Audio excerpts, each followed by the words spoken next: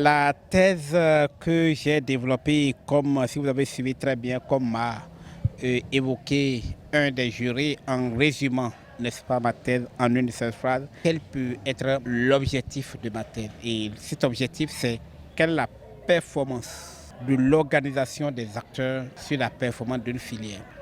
Globalement, c'est que si des acteurs qui animent une filière s'organisent, quelle peut être la performance de cette organisation sur la filière? Je prends par exemple une organisation de producteurs cotonnières dans une zone béninoise X, et lorsque ces organisateurs de producteurs de coton s'organisent, quel pourra être l'impact de cette organisation sur la filière? Globalement, est-ce que lorsque les organisateurs s'organisent mieux, est-ce que la filière se porte mieux? Est-ce qu'une meilleure organisation des acteurs influe sur la performance d'une filière? Il y a beaucoup de recommandations pour améliorer, n'est-ce pas, la portée scientifique de ce que nous avons demandé. Mais il y a eu une convergence, et la convergence, c'est qu'il faudrait arriver, n'est-ce pas, à ce que on puisse arriver à une meilleure organisation des acteurs, quelle que soit la filière.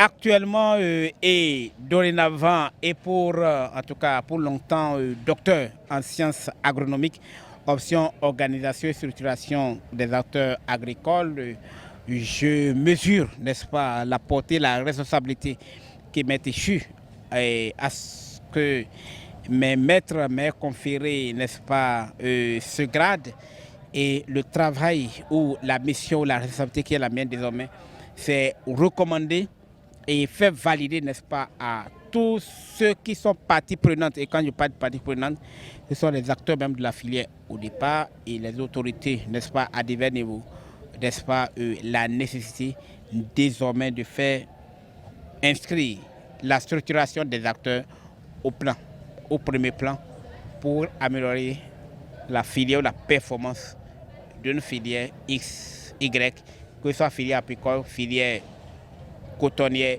filière de production anacarde, soja ou autre.